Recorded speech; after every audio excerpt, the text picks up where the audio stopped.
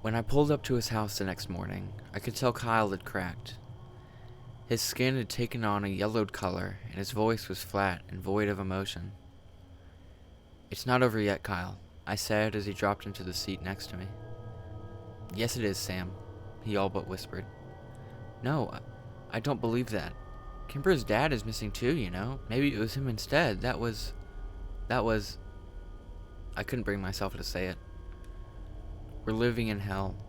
Drisking, it's hell, in our own reality. I couldn't disagree. The town I'd grown to love seemed so foreign to me now. Whitney hadn't been an outlier like I thought. Missing people were the norm here. And that would make Jimmy Prescott the king. He's Satan himself. As soon as the words were out of my mouth, Kyle punched the car door, awakening from his dead state with rageful vigor. "I'll fucking kill Jimmy Prescott. Where is that motherfucker? You know he's involved in all this, Sam. You know..." "Maybe partially," I said, staring out of the window. "His dad created the town that bred this shit, but I'm pretty sure the Prescotts are just running drugs, you know? The powder." "Yeah, and so what? He's recruiting people to be drug mules or something?" "Maybe," I agreed for Kyle's sake, though I didn't really believe it. The sound, the great beast machine of Borrasca gave off the distinct stench of death, and though I knew that physically that was impossible, it didn't change my mind about it.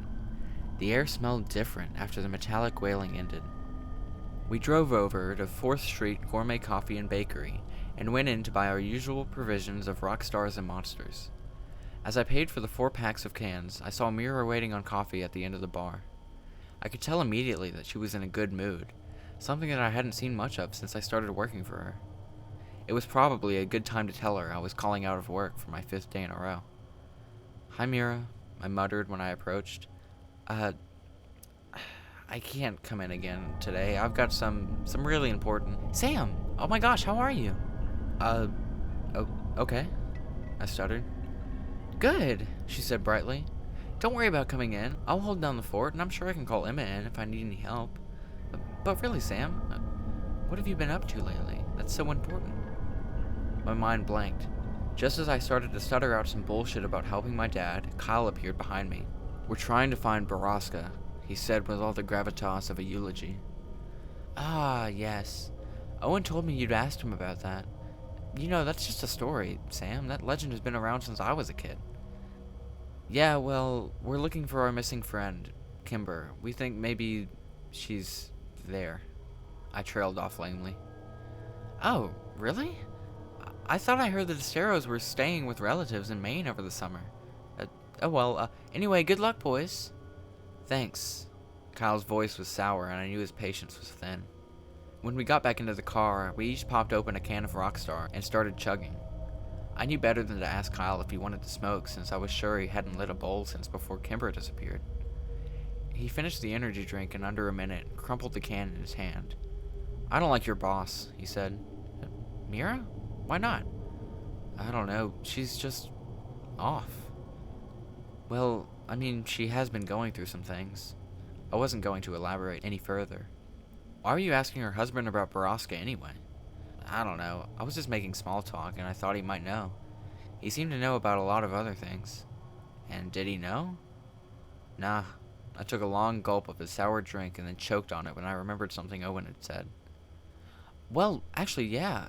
He said, Borrasca, instead of just Borrasca, you know? Like it's a thing instead of a place." Kyle lowered his Rockstar. "And is it? Is it a what? Is it a thing?" "I don't know. I've never heard of it. I've Googled everything weird about this town, but nothing ever came up." "Did you spell it right?" "I don't know," I shrugged. "Do you know how to spell it?" "No." I pulled out my phone. "No, fuck Google," Kyle said. "We need to talk to Catherine Scanlon." That's what Kimber would say. He was right. Catherine Scanlon might be the most knowledgeable person in town, and was probably the right person to ask. I pulled out a 4th Street coffee and prayed she was at her office already. When we parked in front of Drisking Arts and Antiques, I was disappointed to see that the store was dark. Kyle pointed to a small, cheap open sign that was hanging in the corner of the door, and I crossed my fingers that it was for Catherine's office. I was relieved to find the door unlocked, and we hurried past the antiques and blown glass to the back of the store, where we found an open door and Catherine sitting at her desk. "Boys," she stood up when she saw us. "You're up quite early for a summer break. How did the essay do?" Uh, great, I said. Actually, we're here for more help. Personal interest, Kyle added. Catherine raised her eyebrows. Well, color me impressed. I needed to get right down to it. If by some small chance Kimber was still alive, then every second counted. We're here because we want to know if Borrasca is a thing or a place. Catherine raised her eyebrow. I remember that legend as a kid. I'd actually have to tell you I didn't know if it wasn't for Wyatt. He knew so little about so much, she laughed. A sort of jack of all trades. Anyway, he told me an interesting fact once about Borrasca. It's both. What do you mean? I leaned over her desk. Well, the term Borrasca is just an old, outdated lexicon. The word was used by miners to describe an underperforming mine. A mine? I whispered. Kyle shook his head. We've been looking at mines. So, all the mines in Butler County are Borrascas? I asked. Well, generally, it's only the first mine in the system to run dry that's called a Borrasca. Do you know which mine ran dry first in our mining system? Kyle asked from where he stood near the door, repeatedly clenching and unclenching his fists. Not off the top of my head, no, she laughed. I can look, though. I think I have those records here somewhere. Catherine walked behind her desk and opened a drawer of loose files. This is an odd thing to be interested in for boys your age, but I guess I should be glad you two are so eager to learn, especially over the summer. Yes, ma'am, very eager, said Kyle. Is the Borrasca the first mine that ran out of ore? Was that, by chance, the same one those kids disappeared in? The McCaskies? Oh, no, I don't think so. That particular mine was the Southwest mine, and was actually very close to town. I think it was one of the last to close, actually. Here we go. This package should have that information. Catherine spent far too long moving books around on the desk to make room for the stack of papers she had. Kyle and I paced around the room, nervously, trying to appear casually interested while the energy drink started coursing through our systems. Here we go. The first mine to close was the North Central Mine, which was, actually one of the first to open. But where is it? Kyle walked over to the desk and braced his arms on it. Where is that mine? Catherine pulled over a different stack of papers and started to fumble through it. After the longest minute of my life, she made a aha sound and pulled out a large yellowed piece of paper that had been folded into the standard A4 size. She unfolded it on the desk and leaned over to read the markings. I could see from where I was, standing near the doorway, that it was a map, and I knew we weren't leaving this office without it. Let's see. That mine was up further on the mountain, a little harder to get to. See? And she pointed at a small dot on the map that was at least 4 miles from where we'd been looking. Can we take this? Kyle said. We'll bring it back. Oh, of course. I'm sure I have copies. Listen, if you boys are going exploring, I'll bring my dad. I lied. Oh, excellent then. You guys have fun, she yelled at us as we rushed from out of the building. We didn't stop to answer her. Fun was far from our minds. It's so far from where we've been looking, Kyle stuttered. We need to go there now. We need to get a gun. A gun? Where are we gonna get a gun, Kyle? From your dad? He's not gonna give us a gun, man. Fine, then let's scout the place first, and then we'll come back with a gun. That didn't seem like a good idea to me either, but what choice did we have? After studying the map for several minutes, we realized that the easiest way to access the mine was still through the West Rim Prescott Ore Trail. We parked at the trailhead and made the familiar hike down the marked trail and then up the beaten path, realizing that we'd have to travel past Apricot Ford on the way, and I knew in my heart that we were going the right way. We were walking the same path that so many people before us had on their way to Borrasca, but what had they found there? We passed the treehouse, which was as silent as the morning. We walked on in the woods, further north than we ever had been before. We passed the treehouse, which was as silent as the morning. We walked on in the woods, further north than we ever had been before, and soon we were flying blind, hiking in the general direction of the dot on the map, and hoping we were still on course. Within an hour, I began regretting that we'd come without provisions, emotional, and unprepared. By noon, we'd been hiking for 4 hours, and it seemed to me that we were lost. I tempered the welling panic with thoughts of Kimber and Whitney, and the answers to the mystery that had absorbed my life for so many years. Kyle, for his part, said nothing, and kept his eyes straight and his mission his priority. And then, just as the sun teetered on the apex of the day, we saw an emptiness through the trees and the hard lines of man-made buildings. Kyle quickened his step and I rushed to keep up. When we finally broke through the tree line, I choked on my own deep breath and fell back against a tree as I looked over the quiet encampment. A large wooden signpost that was almost as long as the entire clearing was still standing near the entrance of the mine. It had been a century old, and though most of the letters had rotted off over the years, from those remaining I could guess that it had once said, Drisking Underground Mine. What was left, however, was SKINNDMIN. Skindman. That way. Kyle pointed to the north end of the camp. We stepped out from the shadows and into the vulnerability of the clearing. There were several large buildings still standing, and the boarded-up entrance to the ore mine was set back in the mountain. We're not getting in there, I whispered.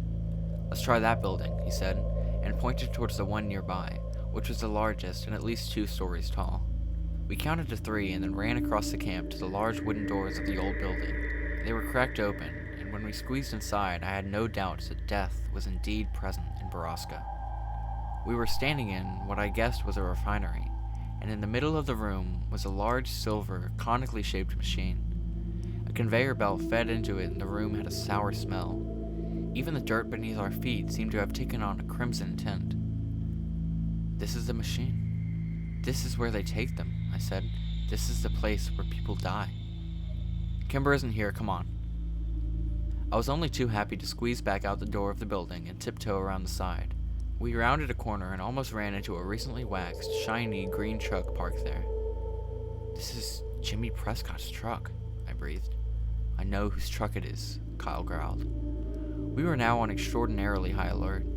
Kyle dropped to the ground and began to commando crawl around the building. I followed him, waiting to hear a shout or a gunshot, but none came. As we crawled around to the back of the building, Kyle turned around to me and put his finger over his lips, then pointed at a 1-story brown building that was only a dozen feet from us. He got into a crouched position and moved as fast as he could across the gap between the 2 buildings. I did the same. As soon as I reached the wall next to him, Kyle whirled around and put another finger to his lips, and then pointed up at a window directly above us. There were noises coming from inside, and even to me, a 16-year-old virgin, the sounds of sex were unmistakable. We could hear an animalistic grunting and the tired, objecting groans of an old mattress. Unable to help myself, I whispered, "What the fuck?" to Kyle, but he was already gone, all caution abandoned, running around the side of the building. I followed him in through the first door we came upon and was hit in the face by an invisible wall of filth and suffering. The smell knocked me back, but Kyle kept running. I followed him in, past crates of ramen noodles, MREs, bottled water, and boxes I had no time to read. I crossed another threshold and I was suddenly surrounded by people. So many people.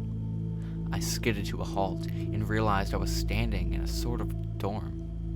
Rows and rows of beds on either side of me with people strapped to them. Some of them wearing dirty rags and some wearing nothing at all. Many seemed to be bloated, and I waited for one to call out to me, but they all remained silent, some watching me through tired, dead eyes, and others turning away. Looking around, I realized they were all women, and the bloating I saw seemed to be pregnancies. Some were confined to their beds, and others were not.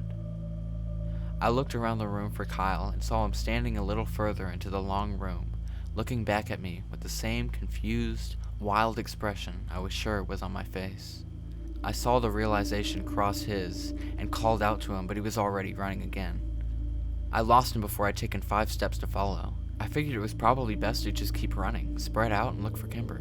I didn't see her in this room, and I was sure she would have called out to us if she was. I looked around for another door and saw one cracked open on the left behind a row of beds. I stared straight at it and I made my way there, desperate to avoid the wretched, void eyes of the women around me. First we help Kimber, then we help the others. I will come back and help you all, I promise, as soon as I find Kimber. Without a thought, I pushed the door wide open as soon as I'd reached it and found the source of the noises we'd heard outside. It was Jimmy. Something I'd been expecting to see, but the scene before me was not. He was hunched over the bed of an almost unrecognizable, unresponsive Christy, treating her like an animal. She watched me through the slits of her dead eyes, but she didn't call to me for help. I thought I saw a tear run down her cheek before she turned her face away from me to face the wall on the other side. What the fuck? I didn't even realize the words were audible. I had never seen this depth of human suffering. Jimmy's head snapped around to look at me, and briefly registered surprise before he smiled at me in a way that turned my insides to ice. He didn't stop what he was doing, and I wanted nothing more than to run over and push him off of Christy, but to my utter shame, I couldn't force myself to come any further into the room. Sam! Sam! Kyle's voice echoed through the building, and immediately cured me of my paralysis. I found myself running back into the miner's dorm and away from Jimmy Prescott and Christy. Kyle! Back here! Hurry, please! I found Kimber! I followed his voice through the maze of beds and rooms as a cacophony of voices began to follow me. Help us. Please. There were maybe only a handful of girls yelling at me, but it sounded thunderously loud as it filtered through my guilt. The weight of their misery dropped down upon me, and it almost pushed me into the ground. I will. I'll get help. I'll help you, I promised him as I followed Kyle's voice, still screaming desperately from an adjacent room. I sprinted across another threshold and saw him, hunched down near a corner bed, helplessly yanking on a leather strap attached to it. I slammed into the bed and fell to my knees, trying to work out what he was doing and how I could help him. I tried not to look at the bed because I knew I couldn't see her like that. I couldn't bear it. If Kimber looked at me through the same accusing, empty eyes as Christy and the others had, I might lay down on the ground beneath her and curl up into a ball. Go around the other side. Unbuckle the other two straps. Kyle had this high-pitched voice and wild, desperate eyes of madness. I ran around the other side and did as he said with shaking, awkward hands. Oh, boys! Jimmy's voice rang out from somewhere in the building. I had just freed Kimber's ankle and was working on her wrist. She whimpered when she heard him and buried her face in my shoulder. Do you think you're hiding? I know where to find you. I know right where I put that girl. I'll fucking kill you, Prescott, you sick cunt. I'll fucking stomp all your bones and bleed you out, you little motherfucker. Kyle had lost all reason and strategy. He was filled with rage instead of fear, and it scared me even more. I pulled Kimber's wrist from the final strap and yelled, "Go now!" We pulled Kimber up off of the bed, and quickly realized that her legs could barely support her. She was heavily sedated, and breathing weakly. We braced her on either side and moved as quickly as we could, through the nearest doorway, away from Jimmy. We were in another dorm, though this one was filled with mostly empty beds. I could see sunlight shining through the door at the end of the long room, and we raced towards it as Kimber made little cries of pain. I didn't think my heart could break anymore, but I was wrong, because in the next moment, it did. I almost dropped Kimber when I saw her staring at me. Her eyes were hollow and uninvested, and when I turned towards her, she looked away immediately, as if she couldn't stand the sight of me. Whitney, I said weakly. Sam, let's fucking go, Kyle screamed. I can't. I turned towards him as tears ran down my hot cheeks, and Kyle saw her too. I can't stay, Kyle said, still moving towards the door. I have to get Kimber away from here. Please. But he knew I wasn't going anywhere now. Good luck, bro, I said, and then we were both running in different directions. Whitney's hair was long, but it was thin, as was her face. Everything on her looked brittle, except for her stomach, which bubbled out from her like an overblown balloon. She refused to look at me and flinched at my touch as I tried desperately to unbuckle her from the bed. I hadn't even finished the first belt when I heard Jimmy walk up behind me. I didn't bother to look up at him or stop trying to free my sister. I didn't know what else to do. I admire your grit, kid, Jimmy said, and then sat down on a bed behind me and continued to watch me, giving no objection to what I was doing. You probably think your friends got away, but there's no sense in false hope, is there? There's no sense in any of this. My voice sounded frail and it cracked over the last word. You're wrong about that, Jimmy sighed, but just so you know, I've got Cleary out there looking for them already. People make a lot of noise coming down off this mountain. Trust me on that. Sheriff Cleary? I was desperate to keep him talking, anything to keep him from trying to stop me. Oh, yeah. He was supposed to retire from the business, but unlike the previous sheriff, he kept a few horses in the race. Horses? Nothing made sense. Yep. Jimmy slapped the bed next to him. We call these buildings the stables, he laughed. I dropped the last buckle on the floor and looked down at Whitney. I expected her to spring up and run towards the door while I went after Prescott, but all she did was rub her wrists and itch her collarbone. Then she put her arms back to where they'd been, turned her head away from me, and shut her eyes. I slumped down on the bed next to her. I picked up her cold hand. If she wasn't leaving here, neither was I. It was over. I sent a silent prayer up to a God I didn't know and wished my friend safety. Do you want to know what this is, Sam? I shrugged. It didn't seem to matter now. It's all about the babies. I stared down at Whitney and her swollen belly, but gave no indication I was listening. You wouldn't believe how much money is in the industry. I mean, my dad was a smart man, and he knew we didn't have anything of value to sell. And back then, the Prescotts were dirt poor, out-of-work miners just like everyone else in the town. He first got the idea when he sold my older brother off to pay for the legal fees to buy the city.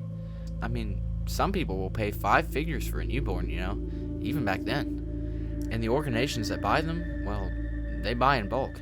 But we still make a killing off them, and our overhead is very low. Jimmy stood up and pulled a gun out of his waistband, then threw it on a bed across the aisle. Try to understand, Sammy. It's not just about the money. We use the stables for community services, too. Lots of people in town come to us, ever since the 50s. I couldn't take it anymore. I didn't want to be here, listening to this. I didn't want to see Whitney so broken, and I didn't want to wait for inevitable death. It was torture in its purest form. What are you waiting for? Why don't you just kill me? This isn't a James Bond movie. I don't care about any of this shit. Jimmy laughed loudly as if it was the funniest thing he'd ever heard. Kill you? Christ, kid, if I could, then I already would've. But I'm not allowed to kill you. I have been trying to decide if I want to fuck your sister right in front of you, though. She's not one of mine, but it might be worth it just to see your face. Just kill me. Just kill me and let her go. Fuck, I'll kill myself if you let her go. I stood up from the bed, and Jimmy took 2 steps toward me and punched me so hard in the face that I fell back down on it. I moaned as I fought the tears and stars behind my eyes. I can't let her go, you little fuck. She's got one of our community service babies in her. Grace says she's got another week to go. 2 tops. Jimmy looked down at Whitney and frowned. She's been putting out shit babies, though. And as soon as this one's out of her, she's got a date with this shiny gentleman. What the fuck does that mean? I yelled at him, and a loud ring suddenly filled the room. Jimmy held up a finger and pulled a phone out of his pocket. I gotta take a business call. 2 minutes and we can get back to our conversation. Jimmy walked over to a corner of the room, and I desperately started to pull on Whitney. We gotta go, Whit. We can't stay here.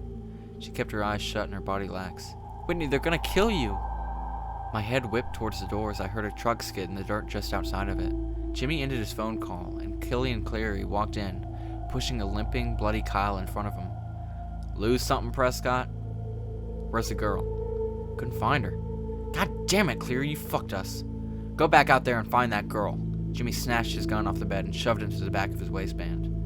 Now listen here, you little shit, Cleary growled. I ain't your fucking employee, and I don't have all fucking day to play hide and seek in the woods. I'm telling you, she wasn't with him, so I guess if you want to know where she is, then you should get it out of him. Cleary threw Kyle down on the floor and spit near his feet. I gotta do your fucking job now? Jimmy walked over and without any hesitation kicked Kyle so hard in the ribs, I heard some of them snap inside of his chest. I tried to stand up, but I was still dizzy, fighting off the darkness. Where's your girlfriend, Landy? Prescott raised his boot and then stomped down hard on Kyle's ankle. He screamed in pain. I can do this all day, kid. Cleary sat down on a bed across the aisle and lit a cigarette, watching impassively. Jimmy pulled Kyle to his feet and then punched him hard in the face. A few of Kyle's teeth scattered across the floor. Tell me, you little cunt. Jimmy punched him again in the face and Kyle went limp. You're killing him! I screamed and jumped off the bed, running blindly towards Jimmy in a red rage. Cleary stood up and caught me with no effort at all, holding my arms down at my sides. He laughed, cigarette still tucked into the corner of his mouth as I struggled helplessly against his chest. Jimmy had straddled Kyle by now and was rapidly punching him in the face and chest. Kyle was barely conscious, and I prayed he'd pass out from the pain. After a full minute of this, Jimmy stood up and rubbed his bloodied fist. "Last chance, Landy." "Fuck you," Kyle said through a wheezing, rattled breath of air. Jimmy spit on him and raised his foot as high as he could and brought it down on Kyle's face with so much force that I heard his skull break. I sagged in Killian Clary's arms, and he dropped me into a puddle at his feet. Jimmy bummed a cigarette off Clary, and they stood next to Whitney's bed, watching me cry. Jesus, what a mess. After a few minutes, Cleary flicked his cigarette out and pulled out his phone. "Alright, Sam, take your friend." I couldn't have heard him right. "Fuck that. That little Landy shit isn't leaving here. You want to clean up this mess, Prescott?" I stood up and my knees didn't buckle beneath me. "I'm not leaving without my sister," I told them. Jimmy laughed. "Yes, you are," Cleary said. "If you want to save your friend's life. He ain't dead yet, Sam, but he will be soon." He tossed his keys at me. "The road off this mountain is back by the refinery." I let the keys bounce off of me and fall to the floor. Cleary swore at me. I knew he was right. I was a coward, and I would leave my sister and all the others here just so I could get away and save Kyle's life. I picked up the keys, and then, without looking at the two men, I picked up Kyle by his shoulders, and his head rolled back as if it was no longer attached to his spine. His face was a collage of pulp and blood, and I struggled to stay calm and breathe as I dragged him out of the building. Cleary and Prescott watched me, taking drags off their cigarettes and saying nothing. I knew they were probably lying to me. Kyle would be dead by the time I got down the mountain if he wasn't already. I opened the door to Cleary's old Ford and placed Kyle in the front seat, wincing as his head rolled around like a ball on a string. It took me almost an hour to get down the mountain, even though I took the overgrown road at ridiculous speeds and did everything I could to destroy the shocks of the truck. I sped into the hospital's emergency zone and found a medical team waiting inside the door. It was clear that they'd gotten a call to expect me because they already had a crash cart with them and an IV ready to push into Kyle's wrist. I left Cleary's truck where it was and spent the next 2 hours in the waiting room, calling my dad over and over again and crying over an Architectural Digest magazine. No one came to take a statement from me or ask me any questions. Kyle's mom arrived just before my dad did and started screaming as soon as she saw me. My dad walked in behind her and had a deputy restrain her. He drove me home in silence, but I couldn't take it for long. Is anyone gonna file a police report? Does anyone even fucking care what happened? Sam. He didn't turn to look at me. I am doing my best to do damage control in the situation, but if Kyle dies or his parents sue, there's nothing I can do to keep you out of court. You think I did this? I screamed at him. We're not going to tell your mother, all right? She has enough to worry about. Dad, it's Kimber. It was fucking Prescott and Sheriff Cleary. Yes, you arrived in the hospital in Killian's truck. We already talked to them both. I was so frustrated and full of rage that my next words came out a jumbled, stuttering mess that ended in a helpless scream. We pulled into our driveway and my dad turned off the car and finally turned to look at me as I struggled to catch my breath. Samuel, we will never speak of this again. Do you understand? Are you fucking kidding me, Dad? Kyle might fucking die. I saw Kimber. Enough! If you want this to go away, you will keep your mouth shut about it. Make no statements to anyone, and I will hire the best lawyer I can afford to clean up your mess. I don't know why you beat your best friend almost to death, and frankly, I don't want to. Fuck you! I screamed at him and threw open the door to the cruiser. I ran then, away from him and the house and my broken life. He didn't come after me. Not that day or any other. Since everyone in town thought I was a violent thug, no one would let me stay with him when I called around. I eventually went to a motel far outside of town and drained the last of my savings from work paying for the room. I went back to pick up my car from the trailhead, but it was gone, and I hoped it was Kimber who had it, not a tow yard. I read the paper every morning for some mention of Kyle's condition. I saw the Dolly's birth announcement about 10 days later. They had a son that they named William. The whirling, twirling, shiny gentleman lit up the valley with its stench and song of death that night. It was the last time I ever heard it. I stayed in Drisking long after the money had run out, and I was sleeping on the concrete behind the motel. I stayed until Kyle was released from the hospital, a mute, empty-eyed, soulless vegetable. I went to see him once, while only Parker was home, and threatened him until he let me inside the house. When I had assured myself that the Kyle I knew was dead and only his empty husk remained, I left his house and hitchhiked out of town. And after I spent 4 drunken, drug-fueled years in Chicago, I came home one day to find a letter waiting for me. It didn't have a return address, but it was postmarked California. I knew it was from her before I even picked it up. She'd written so many of my assignments for me that I knew Kimber's handwriting better than my own. Inside it was a letter. The letter. I read it only once, many years ago, until I sat down to transcribe it today. My Kimber, I know you aren't going to understand why we did the things that we did. It was all born out of love. At least it started that way. You're everything to me, and you'll always be my daughter. Do you understand? And I'm leaving this world because of what I have done to you, not because of what you are. I don't want you to be upset about what you are, because who you are is beautiful. My dearest, this town has done horrible things, and all of us who live here are guilty. Read this letter and leave this place. I need to tell you all of this. I need to start at the beginning. Somewhere along the way, decades ago, the major population of Drisking became unable to bear children. Most people blame the town for letting the iron ore leak into our water table during the collapsing of our mines. This is the same water table that still provides the town's water today. They were never quite able to fix it, and ore is toxic, and exposure causes infertility. The town did, and still does, suffer greatly from its effects. And the Prescotts, they solved the problem that no one could solve. It was an ugly, crass solution, but most people were happy to look away when they were able to raise families again. You see, they took girls, mostly women from other places, and they impregnated them and gave us their babies. And the town came under the care of Thomas Prescott when he started to sell some of the babies on the side for a profit to rich couples. And the sheriff, he helped him do this. But then an ugly rumor started that they were selling to human traffickers, and the Prescotts had to offer triple the price for girls. And in town we began to murmur, but we once again turned the other cheek when the city was suddenly flooded with money again because of how well the traffickers paid. People had well-paying jobs again and were proud to call Drisking home. So we said nothing, and those that did were taken to the mountain. Because that's where they do it. There is a place on the mountains where the women are taken, Kimber. Drifters, runaways, and if their parents choose it, sometimes the girls in the town are even sold back. They arrange to sell the girls, and they meet them at a tree halfway between our town and the baby mill. Sometimes kids play there now. I think you played there.